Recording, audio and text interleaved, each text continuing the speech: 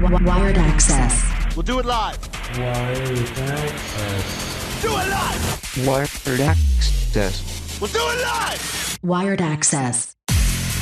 Welcome to a Hurrdat production of Wired Axcess Podcast. I'm your host, DJ K DuB Omaha. To my left, I have actually one of my former basketball players from Concordia High School, Quientan, McCafferty. Man, as we call him Q, I had to ask him his last name only because I've only called him Q. Like, I know his last name, but I'm a Niners fan, so I have McCafferty. I didn't want to mess it up. To his left, we have one of his coaches from the youth and one of my fellow coaches that was the head coach of the Junior Titans and is still running a part of that organization, Josh Luth. Josh, Quientan, welcome to the show. This is an honor for me and Josh more than Q knows. Q has made a big decision on his next level. And as you guys know, if you watch a show, we don't like to interfere when kids are going through that process. We don't like to, notice or say anything about it. We like to talk to them afterwards because that stress is enough. Why have to talk to someone about it when you get to explain how you went through the process? Josh, you coached him at a younger age when he was growing and learning his body, and you're a tall guy like himself, but now he towers over you. What do you remember when you first met Q? And make sure to reset that mic for yourself. Yeah. So I remember when we're holding tryouts at Liberty Middle School, and this 6-foot kid walks in. I think we're sixth graders. I think it was sixth graders, right, when you came over to our program. So we had kind of had our group for a while already, and all of a sudden this kid walks in. I see his dad too. His dad's 6'6", 6'7". I'm like, whoa, all right, okay, he's big. Well, let's see what he can do. And then just every drill that we went through, when we got up and down the court, he can move. He was already starting to grow into his body, right? Usually when you see kids at that age, when he was starting to grow, he's not able to catch the ball. He's a little awkward, but everything was already starting to, he had it, you could just tell he had it. And, I was very excited very quickly when you came into the gym that day and after the tryouts were done, I knew that we had something special. Well, and Q, do you remember when you came to the Titans organization? What did you play before you came down to Papillion? So I played at Omaha Academy for basketball for most of my career. Then my parents got really upset with what they were doing there. So then we were looking around at different organizations, and somehow they found you were actually the last tryout I ever did that year. So if you didn't save the best for last, right? Yeah. If you didn't pick me, I was not playing select basketball that year. And so I remember just going in there, and now that I've talked to my dad about it more and more, it's like I am surprised that you even picked me because I remember you told him something, and now he tells me that you pretty much, I walked in the gym, I palmed the basketball and threw it right to the other kid, and you're like, what is going on here? Yes. Yeah. But that's what I like, though. You remember those moments, and obviously your parents are well involved.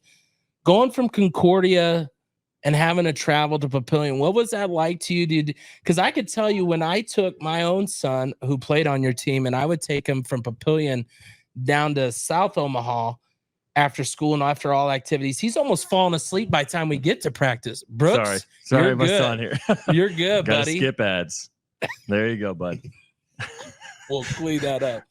But anyways, as I was saying, what do you remember about your trips? Because you were a kid that had to travel. You were coming from Concordia, which is way northwest, and you're coming down to Papillion. What were those moments like? And were you the kid that was like, man, these just feel forever? Because I know my feeling as a dad sometimes that feels forever. It wasn't terrible at all. So my parents, one lives in Papillion right now, another one lives right next to Concordia. So most of the time, right after practices, I'll just go stay with my dad, who lives right over next to the school. And my grandma would usually pick me up, drive to his house, and he would come pick me up from the house, take me to practice, and we'd go back. I'd have to get up earlier the next morning to go to school. but it was all worth it at the end of the day because it was just fun. See, and that's the thing that I like to always make sure people understand. Like, there's sacrifices that you continue to take. What was another sport that you remember coming up that you really liked, but it wasn't basketball and it wasn't what you loved? What was that sport that you played? I got two, actually. I got swimming and baseball. Okay. All right. And that baseball, what was your position there, and what was the best part that you liked about that game? I was mostly a first baseman and pitcher. The favorite part of that game was just getting to chill out in the dugout during like in between innings with your buddies and just talk it up, just have fun. And then what made you finally decide to give that game up to continue with basketball? It was more like a coach just said, we're only going to use you in the pitching spot. You're not playing any other spot. So it was pretty much an easy decision for my parents to make at that time. Like, you're not going to play anymore. Well, there's a lot that I remember because you were playing for us when those decisions were made. And I remember seeing just a body transformation. You know, I remember you getting taller, you starting to bike, you're starting to do things. Swimming obviously picked up for you. Josh, when you see a kid that's coming in and their body is changing so much and you're obviously dealing with it as you're continuing, what's some of the things that you might have given them as pointers or things that you remember talking to them? Because you went through that as a kid. You're not afraid to say you were a big younger kid, and then when you hit that growth spurt, you really grew into yourself. I don't know what advice I had for you. Other than you had none. I had probably didn't have any. Yeah, because your growth spurt a little more than mine, right? And I didn't hit mine until probably junior year of high school. I didn't even start playing varsity basketball until my junior year of high school. But like we discussed earlier, you had something different. And I remember you talking to me. Sorry if I go off subject a little bit here. That's why I love it. I remember you saying something about how with one of the programs, they wanted you to just be a post player with your height. And with us, coming from my background, right, as a tall guy on our team, we were a 5-out offense. And I instantly saw with you, there's no reason just to stick you in the post. We might have won some more basketball games if we would have just fed him the ball in the post. Fed him. But we were looking bigger picture, right? How are we going to get you better for the future? How are we going to get you ready for high school, ready for a collegiate athlete or for college, right? And for a stretch 5, for the things that you were able to do at an 8th grade level for us, 7th grade level, shooting a 3 was just, it was incredible. But he grew into his body a lot better than I did. Yeah. A lot faster too. Yeah. Q, when you think back to those travel days, what was some of the memories that you have? I mean, obviously, I think one of my favorite is when we went to Kearney and we're playing the extreme West Nebraska, and we're playing, like teams from over there where you're just like, those kids wanted to kick your tail no matter how tall you were. What were some of those memories that you remember from playing on the travel team? The best one that I ever remember, I remember my brother was like, and this is when he was playing for your second team because you didn't have enough guys. We went out to eat. Then immediately that I was like, I'm usually never the person that shows up late. I'm usually there 30 minutes early because that's just the way my dad taught me. Like, either show up the game before or right before halftime. And we show up right after tip starts. And he's like, where have you been? And I was like, my brother had to eat. And that was probably one of my best memories from that trip. But it was also just fun just to see what other players do besides just in Omaha, just in Kansas, just in Iowa. I think that's probably one of the hardest things about select basketball is you have where you're local, but you're constantly playing the same teams. You're constantly not seeing a challenge. Obviously, you had to make decisions for high school. You could have chose Papillion South because you were in the area. You had coaches talking to you. You choose Concordia. What was that decision like for you, and how did you and your parents come across that? So my brother was actually playing for playing with the varsity head coach's son on a select team in like 5th or 4th grade. So he started talking to my parents. Now they're like great friends. They just talk to each other all the time, and they like help me out whenever I need help, and I do vice versa. So once they wanted to get me to Concordia as soon as possible, like 5th grade year, but they were so full that I couldn't go there. So I just went my 6th grade year, and I've just stayed there ever since. Makes an easier transition. Josh, of course, you were part of that recruiting of wanting to help get Q to Papio South, but you also understand the family side of it. The best part is your relationship with his parents and even with Elliot. What was that like, knowing that you're training him to go elsewhere, but that's your player? You know, I've got the ties to South with Coach Heiser and obviously coaching Cooley and a couple other administrators and coaches' kids for the Junior Titans program now. But it's what was the question again? Sorry. No, just like going through that process, knowing that no matter what you say to this kid, he's gonna go elsewhere, court, yeah. even when you're trying to, because some coaches get defensive in that aspect, but you had to be that middleman between the Titans and between. I'm sorry about You're this, all guys. right. There we go. Skip ads. There you go, bud. It's the middleman part. So there was never much pressure from Heiser or Cooley, right? To get him there. It was obviously, hey, if he lives in the district, this was before, we don't want to get anybody in trouble or anything, right? This was probably before the open enrollment part, but you were in Papio South District already. So you had the options of either Concordia or South. And I think that as much as I wanted you to go to South, there was the small school part of me where I was from a C2 school. And the opportunities that I had at a C2 school, whereas if you were at a Papio South, he might not have gotten as much time early.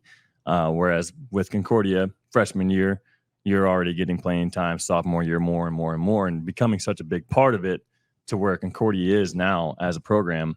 So I truly, I was happy for you to go no matter, wherever you wanted to go. As long as you were happy, I was going to be happy too. Well, and I felt like one of the best parts from your parents that us as coaches is they wanted us to be real. They wanted us to not hold anything back. And I say that because some parents felt like there was times where if we got in his face, they were like, what is this coach doing? I remember that. Yep. I know that story. Know that story. It was a terrible play on my part, which he should have yelled at me. So it was like fourth quarter in a summer league game. I went up to go block a ball, even though he was going to miss the layup anyways. I swung my arm, got lucky, and didn't get called for the foul. You slapped me on the back of the head, and there was a parent right next to you going, why did that coach do that? And then you turn around and go, if you met his parents, you would know exactly what happened. And what did that mean to you to know that, he's your coach, but your parents are right behind what he's teaching you? Like that's got to make that experience better in the fact of going, they're on the same page. It's like you said, the reason you left the program is because the page was turned and it wasn't on the same page. What was that like?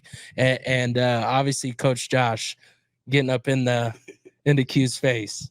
It was fun because there was times where it was like he would be right there supporting me. Like, I'm doing a good job. He'd tell me I'm doing a good job. If I'm doing a bad job, I expect him to tell him to do a bad job. That's why I went to like Omaha Elite during high school during the summer, is because he was straight up with me. He was no horseplay. You play this way. You don't play this way. Now it was all game for that. And that's probably what helped me with the college part of it.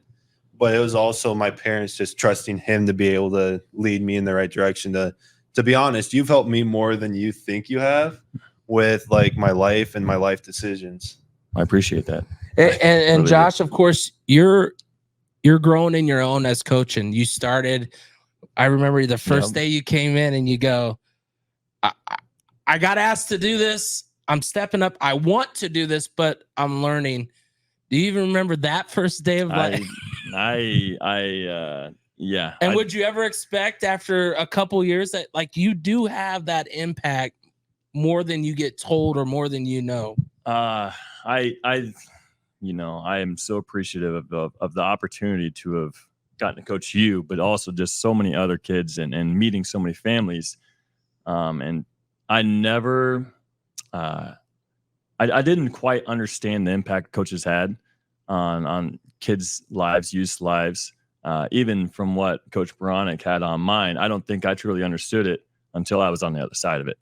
And working with these guys and seeing them outside of a basketball gym and still getting called, hey, coach, how you doing? Q and his dad and his brother still show up to our summer our winter league games. We'll be over at Iowa West, and I see this 6'9", 6'10" kid walking. I'm like, what is Q doing here right now? He just wanted to come watch a game and come hang out. And but what you just said right there is what that means more to me than you'll ever know. I'm not going to cry right now. He's but, not crying. You're crying. No, yeah. That is why we do it, right? That is why I've decided to make a change in my life and go to school to try and get into teaching and coaching and continue to make an impact on kids' lives, but also just continue to try and learn to get better and how can we help them in a better way, right? And you did a great job. You were around. You had so many kids already. And you had been part of coaching and everything with that. And so you helped me so much as a coach become better with that aspect. Well, and like my biggest thing is I've always told people, like, my game's football. I'm not going to lie. Yep. But in basketball, you tell me what you want me to do or what you want the kids to do. I'm going to keep them doing what they're doing. And of course, between me and Matt, we took the most licks from Q because you're, of course, coaching. Yeah. And they're like, all right, someone's got to guard Q. Someone's got to give size. Now, of course, Q, you have these relationships with these kids. What was it like when you went through high school and you kind of had to go through some decisions where not everybody makes those same decisions of staying with sports and dedicating to sports? So then you could get to where you are today. It was hard. One of like my best friends from my sixth grade year, first year at Concordia. I knew him from OSA and just hanging around there. I met him, and unfortunately, he quit basketball. This would have been his fourth year with the high school program. I wish he would have stayed, but I respect his decision. I'm not going to say why he left. And it hurt because I knew I would at least have a chance to play with him. And it's like not very many people you can say you played sixth grade through senior year with.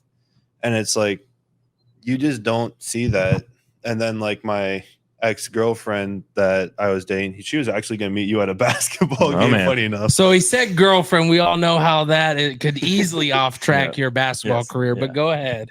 No, she actually helped me out more than she ever thought because it was always it would either be I'm at a gym, lifting weights, in a basketball court, doing schoolwork, or at home.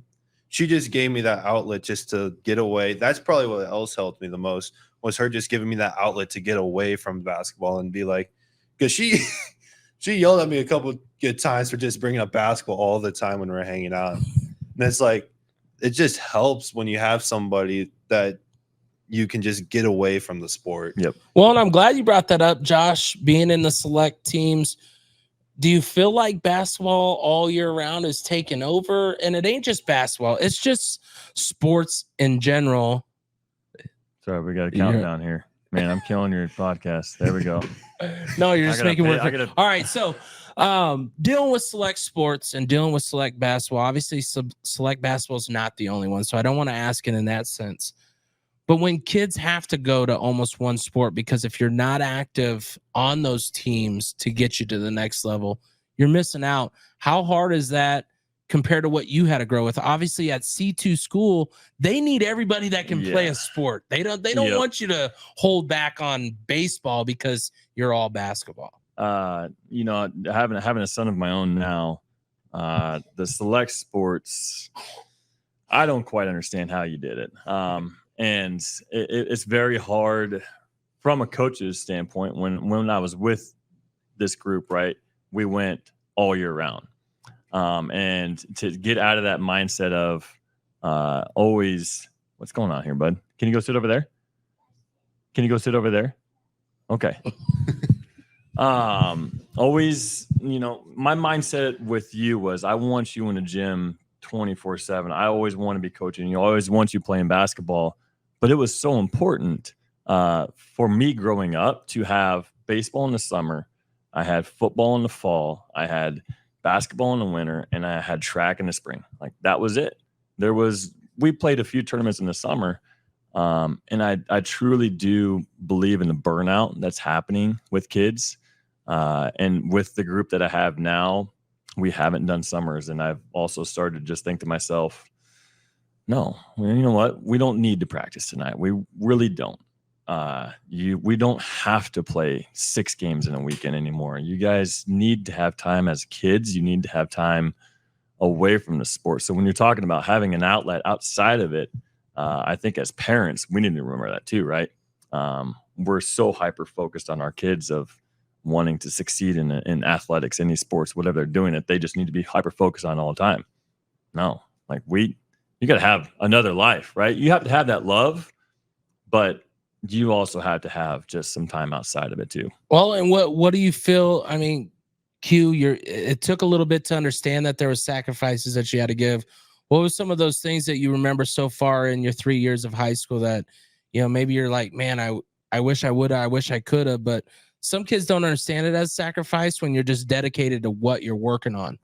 Most of like my freshman, sophomore, and my junior year, like my track coach, the track coach there, he was always like, you got to come out for track. You got to come out for track. And it's like, I was never able to, because even in junior high, when I was playing for you, I was always gone right away. Like right after basketball season ended, tryouts are happening 2 weeks after that, yep. Right into games. And like during the Omaha Elite thing, I got lucky. I wouldn't say it's lucky, but I unfortunately, right at the end of the state tournament last year, I partially tore my labrum in my right shoulder. So it forced me just to step back, think about what I'm doing, and just relax. And so it was just nice to have that little break. And all my coaches are like, you need a break at some point. Mm-hmm. Well, I don't know what you read or what you don't read on the internet. Obviously, as an athlete, it is hard to read all articles, especially some could be good, some could be bad. Do I get into it? Do I want to listen? But one thing I shared with the fellow coaches that I read last year, preseason to Concordia, was they were comparing you to a little bit just a taller, bigger Isaac Hurrdat that just came back to Qiuenton, who went to Virginia. Now, when you see those things and you feel like you're in this, you're playing C1, does the Omaha Elite help you really feel that? Because that's when I think your competition level turns up to the highest notch that you could possibly go, but you're still able to enjoy your home school without feeling like I'm not getting the basketball I need. Well, in my eyes, and this is the way my dad's taught me and you taught me, is like every single player, doesn't matter what level you are, what class you are, every single player is a 15 to 18-year-old person that you're playing against every single game. So it's just, you go out and play your normal basketball game. The biggest thing that I had to hurdle over was just my mind. Is just, I would always get too hyper focus on the details so much, and just wouldn't play the game. I just think too much of one mistake and run away from everything else. I just shut down. Josh, I know you could Next talk play. on this one for sure, because there was times where his teammates, even on our team, would go, well, I mean, Q's the biggest guy here. It's super easy what we should do. And then we try to do it, and it's not what the game plan that we prepared him for and the things. So then his overthinking would happen. And that's when the mistakes would happen. And then he'd, just down spiral. But it's kind of the expectation some people set because they see height, size, age over player versus player, just as he talked about. Yep. One thing we always preached was next play, right? Yeah. And that's something that I had to preach to myself. If I could go back in time, I would definitely be yelling at myself a lot too, because I saw a lot of the same things in you. You miss a shot, a little layup, right? First thing you're doing as a tall guy, you're going over some guy's back. You're like, I want that back so bad right now. So just seeing that with you, and just there's still times I remember watching the state tournament last year, and something had happened, and right away you reached, right? You had made a mistake and you reached, but I saw in your mind, you're like, you knew right away, I shouldn't have done that next play, that mentality right there. And that's something that you're just going to continue to have to, try and get better. We still have the same issues. I'm now, 40 years right? old and Yeah. I still have Yeah. it. You want to, but that's just the perception that everybody gives you. You want it to be that way. You want it to be great. You want to be the man. And if you're not, then you feel like I'm letting myself down. I'm letting my people that follow me. Going through the whole process between Omaha Elite, being seen at some of the bigger tournaments, and the recruiting process? What's some of the things you experience, and what's some of the things that you can also maybe help one listener, one kid that is currently going through it? Because it's not easy at a young age to have to make this big decision. And especially when there's so much social media that could be involved, and you don't know if it's smoke social media or if it's legit. I mean, there's kids right now that are getting called out and saying, "Oh, you don't have real offers." Then they come out and play the ball out, and they continue to get more offers. It's like, it's so much mind playing with social media, and you guys as athletes, it sucks. It really does. But the thing that I found that helps me out the most is that when I would go on a visit, I'd leave my phone majority of the time in the vehicle. And if it was on me, it was because someone was going to text me in the next like hour while I'm there or something. And I just found it most of the time, like I'd only follow certain people. Like one person I followed is the Next Pro account, which posted all about Omaha Elite. I didn't really care about if I got the spotlight or not. I just cared that the rest of my team was getting the spotlight, because I'm a team first type of guy, which I try to make sure that my team wins. If I have 4 points, the best game that I remember is our game against Bennington last year. I had 4 total points, and everyone feeds off my energy at Concordia. So it's just, I have to bring the energy every single game. And it's like, I had 4 total points that game. The turning point for that game was I got a fast break dunk in the middle of the game. We were only up, I think it was a tie game at that point too. Get fast break dunk. I was just going up for a layup, lost the ball, dunked it. Everyone fed off the energy. It's tough. Yeah, rough. I lost the ball, but don't worry, I dunked it. Yep. But so then I just let it all go. And Hold on 1 second. Your phone's going off, I think. I'm pretty sure that is my phone. All right.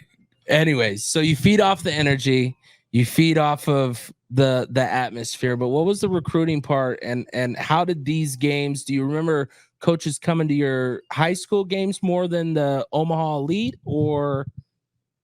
There was only one coach that really came to like my high school games, and that was Seward's coach, because he was recruiting the class before our point guard, Zach Koulis, and our center, Justin Otten, the person that was playing before me.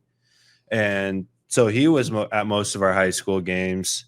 But like once I got the offer from Concordia, all the other NAIA schools started to come in, and it was like, all right, now I'm starting to pick up tempo. And then once I got to the Elite 8 here in the Pro 16 circuit with Omaha Elite, I had one decent game, and then the second game I didn't do as good, but Truman State was the one that was like, all right, we like your play, and we just want you to come out and visit.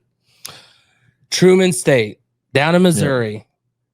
Does it bother you, though? Do you feel like you got enough eyes in your own state to see you be a star and see you as a possibility on their team? I think I do. It's more like, I understand most colleges, they're looking at the portal right now. That was also the biggest thing me and my dad talked about all the time, is that I'm fighting the portal out of anything right now, which some coaches are starting to go away from it, but it's still, they're using the portal before. That's what happened to my class. And then the COVID year, which really messed up. I was just going to ask, what was there any talk from these coaches about how the COVID year affected them and how it could affect you? Yeah, that was one of the other ones that came up a lot when I was talking to coaches. Like, the coaches that started recruiting me were like, we don't want portal guys. If we had to grab them out of the portal midseason, we'll do it. But they wanted guys that they can keep for 4 years and just keep playing all year round. Now, Josh, when you were in high school, what do you remember about just even thinking of possibly going and playing any sport at any level? I mean, I think that the recruiting, I was going to kind of ask the question to him how much it's changed, but he probably doesn't remember what it was like. Yeah. For my days, because Hastings College was a big one for me. Coach Creech and one of their players would be at a lot of our games, but we didn't have our games streamed, right? Yeah. And if you wanted tape, you'd literally have to like mail a cassette of the game over to them. So yeah, recruiting for me was probably way different than it was for Quientan. We didn't have the select sports in the summer, so high school games were pretty big for us. And then being pretty good back in the day, we had quite a few coaches at our games. But it's kind of crazy to hear that only Concordia, right? Because it's Concordia and Seward, right? Is that what it's called? Yeah, Concordia Seward. Yeah. That they'd be the only ones that really have been to your games. But you don't know how many are watching. Yes. Right? So your games, how many? I've watched so many games last year, and I'd text your dad, What is he doing? What? Why did he do that? See, and that's why I love what I do, is because anytime I see these kids post video of themselves, they want to get out there. They want to be seen, sharing, interviewing, like just letting them. Or if I'm at any event, any sporting event, like I'm constantly just getting content on different kids. I think one of my favorite from our group is a Caden Bush. Caden Bush didn't find his way in basketball as everybody thought he would. Mm-hmm. He's now a stud at football, and just seeing this kid change mentally, like, it's just crazy, because you would think his thing was all basketball, but when he found his home, I mean, this dude's swole. I mean, Trent Levicki, you guys wouldn't even recognize little Trent. Really? Like, but I share their stuff and just getting coaches to see it, because these aren't the guys that everybody interviews or everybody knows. And that's what I like even about Omaha Elite, is you guys took talent from different schools, created a culture that they wanted to be a part of. I went to a lot of the games because Kendall was playing for Coach Hep. So I got to see a lot of Omaha Elite. I didn't get to see a lot of you because, like you said, you were injured. But just seeing that culture, what would you best describe the culture difference from a Concordia to your Omaha Elite, and what was a similarity that kept you feeling like you're at home? The biggest similarity from both of them is just like the brotherhood. Like, we could just mess around, and we would all, as soon as we stepped in between lines, we meant business. Like, we didn't care who you were. We were going to play you with all our power. It doesn't matter who you were. The difference is that, like, there was a little bit of a difference because I was all the way out here in Concordia during the day, where they're at like a public school down in Omaha North or Central or area like that. So there was a little bit of a difference there when I first started playing there. But once we all started hanging out more, it was like during our games off, we would just hang out at random places in the different cities that we were at. And I think, like, people don't understand those importance of those trips. Yes, like Josh said, it is a lot because you're basketball all the time. But those are the memories. Now, don't get me wrong. You remember you guys winning the next pro, the first one in Nebraska. So you'll remember that. But before that, the losses, you'll never remember, and you'll remember those moments. Where was your favorite place to play that you got to travel so far? So far, I would say down in Vegas. It was the schools that we played in were super nice. Like, they were just different from here. Just the size of the gyms that we played in and all of the different styles of school that you would see. And just like the atmosphere down there at like nighttime when we didn't stay on the strip like most of my team did. We stayed off the strip, but we were right next to the giant sphere while they were building it. So we could see like all the LEDs going from our hotel room and all that fun stuff. But when we just went down there, it was just different. That's the thing that I love about AAU basketball, is that we can just go out and see different things. Because to be honest, if I wasn't playing AAU basketball, I'd probably have never gone down to Vegas for a second time. Yeah, I think it's that travel, Josh. I don't know if you got to travel when you were a young kid. I only traveled because I was an Air Force brat. I never really got to travel for sports. Did you ever get to travel out of the small? Didn't even get out of the state. Oh, we man. went out of the state. It was South Dakota. No. So what you guys got to do? I followed you guys a lot. The style of, I kind of wanted to ask the question. So the styles of Concordia basketball compared to Omaha Elite, how did this summer prepare you for college, for what you're going into at Truman State? Does it translate into the style that you're playing at Truman State? Or what did you think you picked up playing for Elite that's going to help you at Truman? the best thing that I picked up from Omaha Elite is just the ability like to combine with a bunch of different people from different backgrounds and just be able to play with whoever you can. And the best part about like Omaha Elite, I didn't have to be the guy every single game that came out and was like had a certain amount of points or had a certain amount of rebounds every game. Like my coach would say, all right, here's our top 4 guys. I expect you guys to perform every game. But it wouldn't be like I had 20 points every single game. He just like, you just got to play this way. And if we lose, we lose. But if we lose and it's something you guys could have controlled, it's on you guys. But as soon as if it was like a loss, like he didn't call a play right or something, he owned up to it. Yep. Like I remember my sophomore year, the summer of my sophomore year, we were down in Kansas City, I think. We were playing in a tournament. One of the parents gets ejected. He gets ejected, and and I think we still go on to win this game. But he comes up in front of all the parents, all the players, and said sorry, gave us all an apology because he knows that he wouldn't want us to do that. So he owned up to it. And that's just the thing is that I wanted a coach exactly like that and exactly like you, upfront, honest. And that's what I felt. Every coach I talked to was upfront and honest with me. It's just I felt that connection to the Truman State coach the best from like Archie or you because he was a little bit of both like your energy and Archie's strictness, and it just felt like a perfect fit for me. Well, and that's awesome. what everybody says is a feel like home, comfortability. Now on campus, how did you feel in the smaller? Did you feel like it felt like a Concordia as far as size wise compared to some of the places that you've been at? It felt a little bit bigger, but it was like one of those things. Once I get into like my direct major that I'll be in, it'll be a specific like 25 kids to a class, which I'm used to. It's like then you get the one-on-one teachers, and it's super nice to be around a school like that.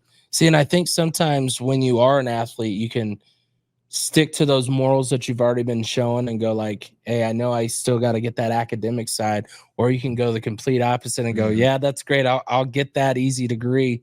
What are you hoping to get from there? And what was the thing that really grabbed you to say, this is my college, this is where I want home? The one thing that really grabbed me to say Truman State's the place I wanted to go is that all their players, like I think their coach may or may not have, I don't know, so I'm not going to say rumors, but every single one of them came up to me, like even out in like the campus area while they were out walking around, they came up and said hi to me. And if they didn't see me out there, they came into the gym because they had a workout right after my visit. So then they came up and said hi to me there. And like, they didn't care what their dorm room looked like. And so they said, all right, come up and look at the dorm room, because that's probably one of the bigger things is where you're going to be staying for like the next 3 or 4 years or however long you're there. And that was one of the things. And they were just straight up honest. Like all their players were straight up honest. They were straight up honest. It was just a fun environment to be at. Well, and you know, you're making this decision before the basketball season. How does that help you have a better senior year for Concordia?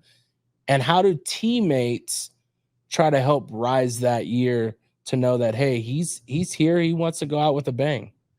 It's like most of the time, like our starting 5 right now, that we don't know who our starting 5 is, but like as the groups talk, like we kind of know who our starting 5 is. Like our starting 5 all hung out at my buddy's house all summer, just had fun. And it was like, we didn't care what was happening, who does what.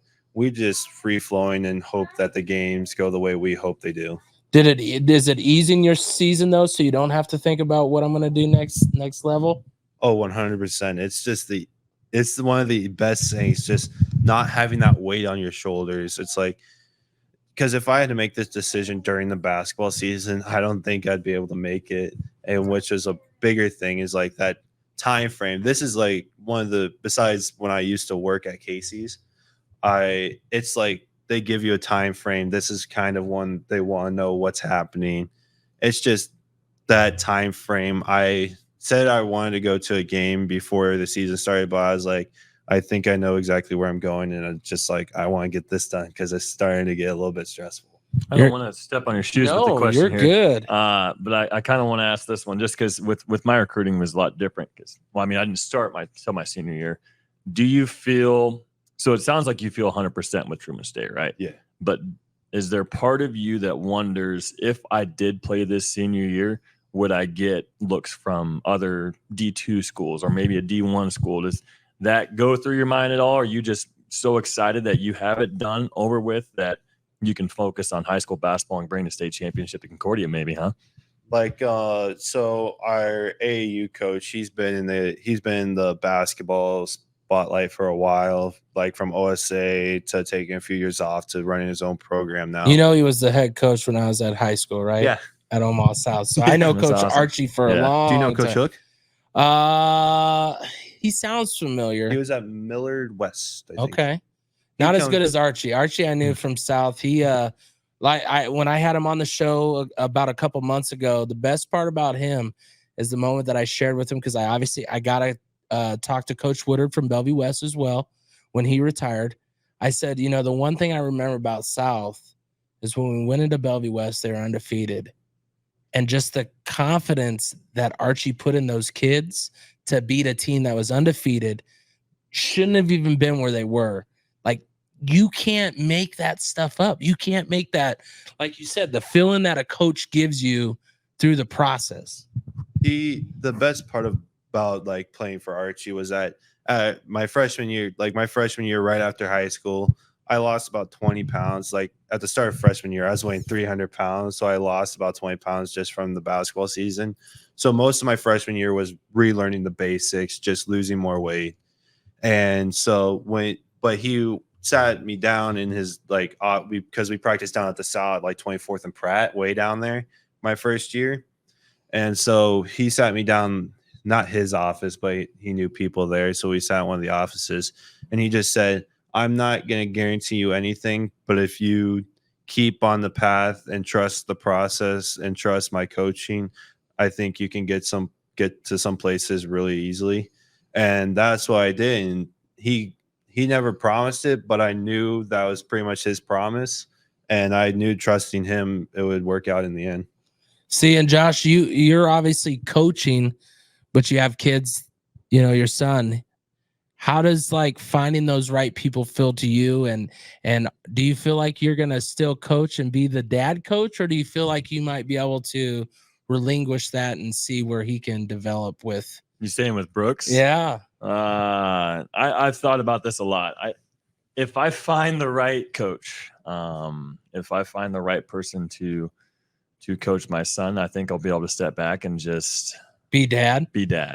I have a few times this summer, some of my kids played in some tournaments and I sat on in the bleachers. So I don't think I'll be that guy. I don't know if I'll be able to sit in the stands. I'll have to find somewhere just nice and quiet to sit.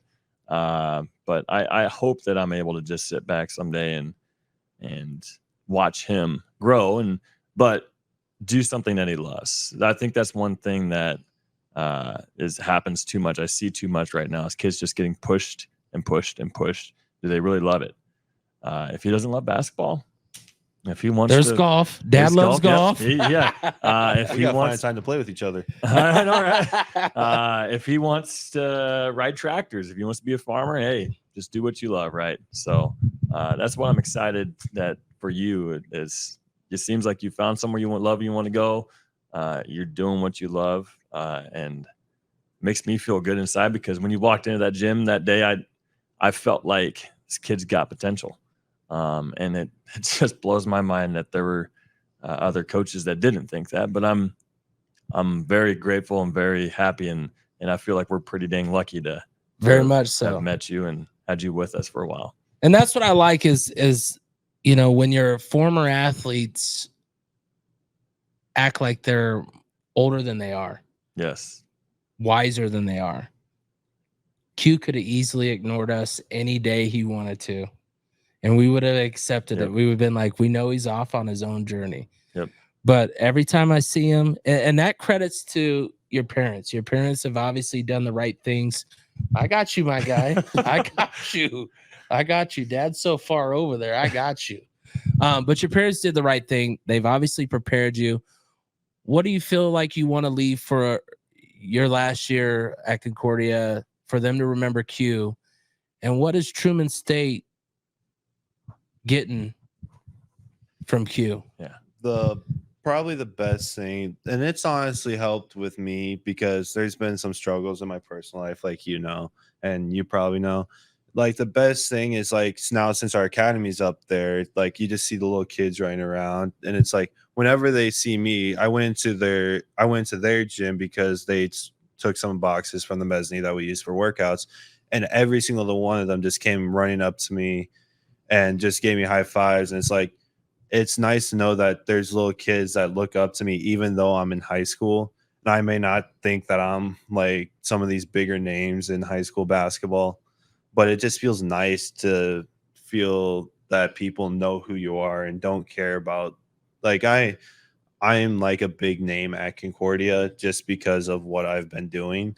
But I just know that there's other kids that look up to me and they can see now that even though you go to a C1 school, you can play Division II, Division I basketball easily. It's, man, that hits home to me because this gear I'm wearing South Dakota State. Unfortunately, this was all planned on the last minute, but someone I interviewed was a Will Kyle from Bellevue West. He wasn't in the limelight because you had Chucky. Well-deserved.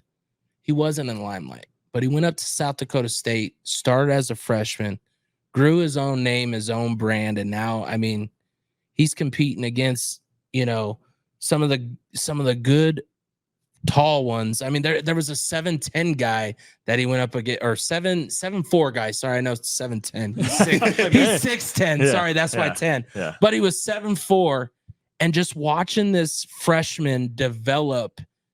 And then after the game was the moment that makes me remember what you're saying, and the thing that you remember. All these little kids going up to him. And to them, he's a huge giant, but he's a smiley face. He's someone that knows that these kids could eventually just know who he is and what he does and how important he was at that time of their life. So for you to say the impact that you're wanting to do on that, that's amazing. Now you're going to go down to college. What are you hoping to bring down there? And how has what you've learned made that decision for you? Well, the first thing is always to win a championship somewhere. And I just want to bring down a competitive nature to where they're like, all right, he may be a freshman, but he's willing to compete against everybody, which you've known me to do most of my life. But it's also just I want to be down there and have a not like a good time like normal college, but just have a good time, just be my own person. Just do what I want to do, because like the past few years, it's just been basketball. I never got to do what I wanted to do all the time. Yeah, and I think those are the things some kids might forget, or parents. One thing Q shared with me was just even a simple thing as homecoming. Sports, if you get injured at a sport, could ruin other activities. We've both seen Q go through a lot of knee issues, growth stuff. Like, those things impact mentally, physically. Obviously, we've seen you grow from this guy that I would call big country, but now you're the skinny big country because you grew into your body. You knew that you had to get faster, quicker. And I think the one thing that I really enjoyed watching Q when he played as he grew is just when Coach Josh says rim to rim, and you see this kid not afraid to just go rim to rim to rim. It's like he could have given up anytime.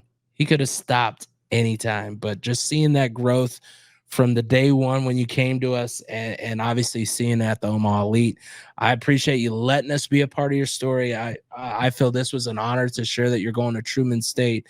But Josh, I appreciate you joining us because, like you said, without you, this kid I would have never met. I would have never known. I would have never grown with him as a coach, but also just as a person, just seeing of how you can be the tallest you want to be, but you still have a teddy bear mentality that has grown into the pissed off player that Coach Josh would ask for sometimes, where you just have to get pissed. Flip that switch. Don't be afraid to raise those kids right, because here's a great version of where he was a big, nice guy. He can be nice, but when that basketball court comes to his calling, he knows what he has to turn that switch. And if this story can reach one player, one parent, that's all that matters. And once again, this is a Hurrdat production of Wired Access Podcast with Q, who is going to Truman State. He's made the announcement, and we're going to be watching, I tell you. And I appreciate Josh Luth joining us, and we'll see you next time.